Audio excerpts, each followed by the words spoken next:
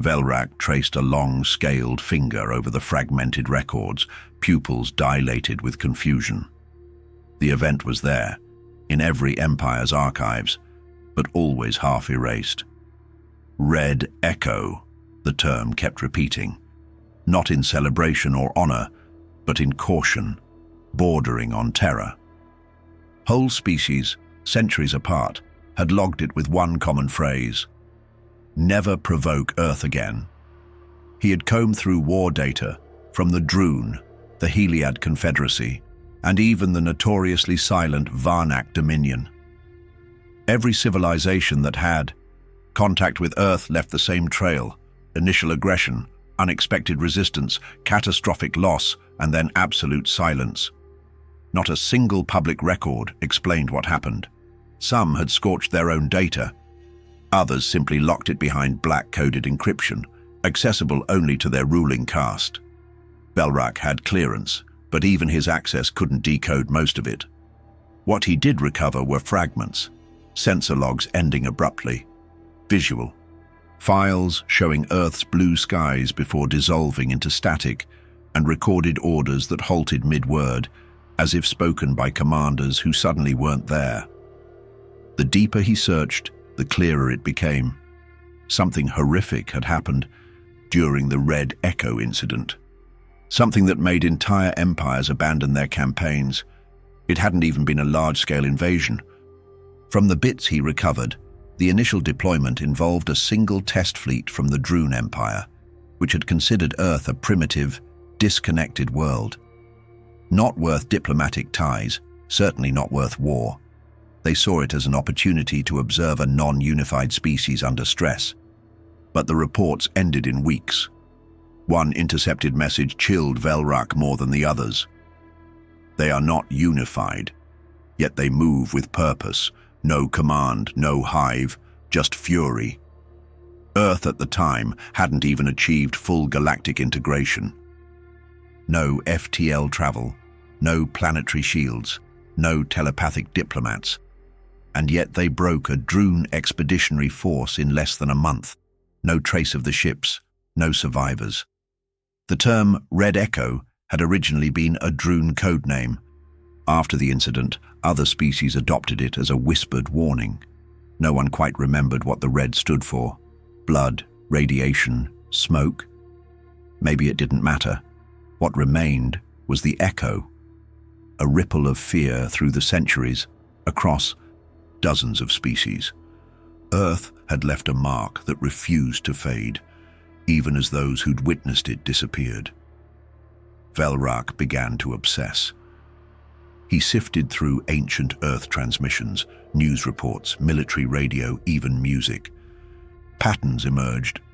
Lyrics about resistance, documentaries on ancient wars, tactical manuals written for children in virtual games. Earth didn't just know war, it bred it, refined it, embedded it in every layer of its culture. And the scariest part, Red Echo wasn't even listed as an official human military operation. Not a single human government claimed involvement. No medals, no speeches, just a void. As if Earth had buried the event out of mercy or shame. Velrak's heart raced as he closed the last decrypted log. A single human voice crackled through, distorted by time but clear in meaning. If you came here to study fear, you brought the wrong lab coats. The Droon Empire didn't invade with malice. They landed with curiosity, wrapped in superiority. Earth had caught their attention as a chaotic, fractured world, its species endlessly warring with itself, barely beyond its own moon. The Droon thought it would be amusing to conduct a live field observation. No formal declaration, just a test. Drop troops, isolate a region, and see how long the natives took to collapse.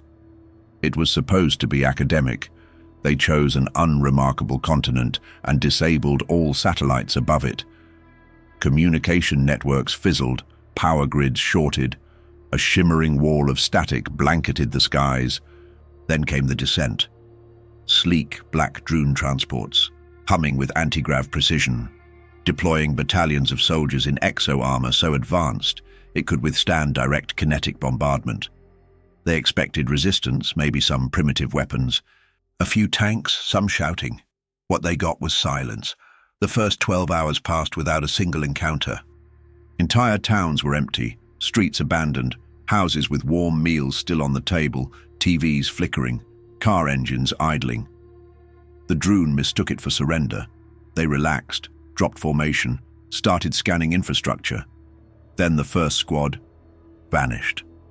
No gunfire, no comms, just a sudden cessation of signal. The retrieval team went out and triggered a wall of fire. Improvised explosives hidden in sewer grates and garbage bins cut through the squad's shielding. The last audio clip recorded one drone screaming, "They knew we'd return for them. This was bait." Human forces hadn't retreated. They had hidden, vanished into terrain they knew better than any topography scan could reveal. Forests, alleyways, drainage tunnels, they moved through them like blood through veins. Veterans, off-duty soldiers, hunters, mechanics, teenagers. The response wasn't uniformed. It was instinctual. The drone attempted to deploy drones. Within an hour, they were hacked. Earth's old analog infrastructure proved maddeningly resilient. Power came back online in brief pulses, just enough to blind orbital scans with flashes of heat. Fires were set deliberately to produce false movement trails. Broadcasts of children's laughter played in empty buildings just before explosions. A drone commander noted, "These primitives don't organize by orders. They organize by memory. Each one of them fights like they've done this 1,000 times." As casualties mounted, the drone brought down armored crawlers and hunter-class mechs. Humans didn't retreat. They adapted. They jammed signals with microwave ovens, painted the crawlers with reflective laser patterns, and lured one mech into a scrapyard filled with magnetized traps. It was torn apart by its own feedback systems. The drone didn't understand. Every time they escalated, the humans didn't match them. They undermined them. No chain of command, no government. Just countless individuals who all seemed to arrive at the same conclusion. Not here. Not this time. What should have been a showcase of drone military superiority was now a drawn-out ambush. The humans weren't simply resisting. They were shaping the battlefield, bending the drone into mistakes. The invasion hadn't just stalled, it had become a hunt, and the invaders were the prey. Drone Command authorized escalation. Precision orbital strikes were planned. Intelligence suggested human forces were clustered near mountain passes and abandoned industrial zones. Coordinates were fed into the targeting array. But when the first plasma warheads dropped, they didn't vaporize human positions. They obliterated drone forward camps. The system had been tampered with. Later analysis revealed that human engineers, using salvaged drone tech and modified Earth hardware, had reverse-engineered parts of the targeting network.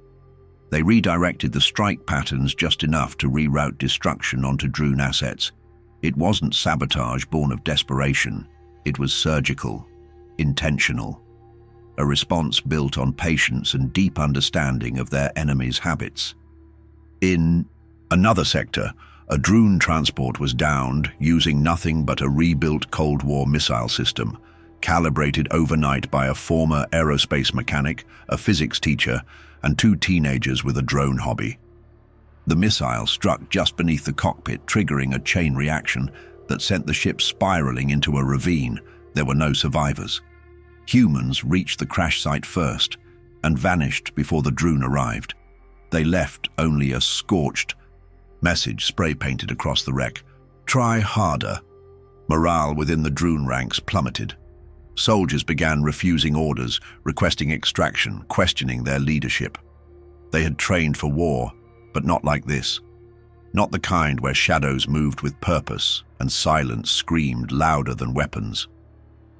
Drone medics began reporting symptoms not tied to any biological agent: hallucinations, paranoia, insomnia. Captured audio files played strange music at night.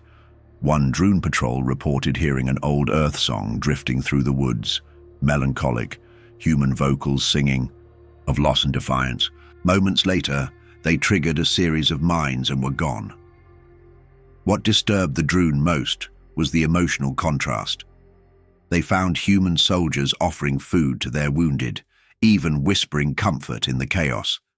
But they also found traps, hidden beneath teddy bears and booby-trapped medical kits marked with the universal aid symbol. It was empathy sharpened into a blade, mercy mixed with ruthlessness. A paradox they couldn't pass. One recorded statement from a Droon officer, later recovered in a wrecked carrier. They fight like ghosts with the memories of gods. There is no surrender, only resolve. Droon leadership attempted one last push, a full saturation strike using anti-personnel nanoswarms. But by then, the weather had shifted. Humans lured them into storm systems, where lightning fried the Droon drones mid-air, and rainfall short-circuited swarm dispersal. Their most advanced tech meant nothing when Earth itself conspired against them. By the end of the third week, 87% of the original Droon forces were confirmed destroyed, missing, or mentally broken. The remaining units evacuated orbit under heavy electronic interference. No final confrontation, no formal ceasefire, just silence, and Earth's skies watching unchanged. No names were honored, no cities claimed victory. There was no parade. Only the quiet understanding among humans. This was survival, and survival needed no applause. Velrak leaned back from the archive terminal, his secondary eyelids blinking slowly. The silence in the chamber was deafening now. Not because of absence, but because of understanding. Red Echo hadn't been a battle. It had been a mirror, and what every alien species saw in that reflection was something they had never prepared for. A species that did not need unity, hierarchy, or superior technology to become unstoppable. They just needed a reason. The Droon Empire never recovered. Within a decade, they dissolved into fractured factions. Refugees from the Red Echo campaign never reintegrated into society. Many stopped speaking entirely. Others formed isolated communes, terrified of sound, of forests, of music. Some swore. They still heard whispers in the night, human voices in perfect Droon dialect asking, "Ready for round two?" The galactic community quietly redrafted all contact protocols. Earth was labeled "Observe Only," and all direct engagements were forbidden. Diplomatic channels remained open but carefully controlled.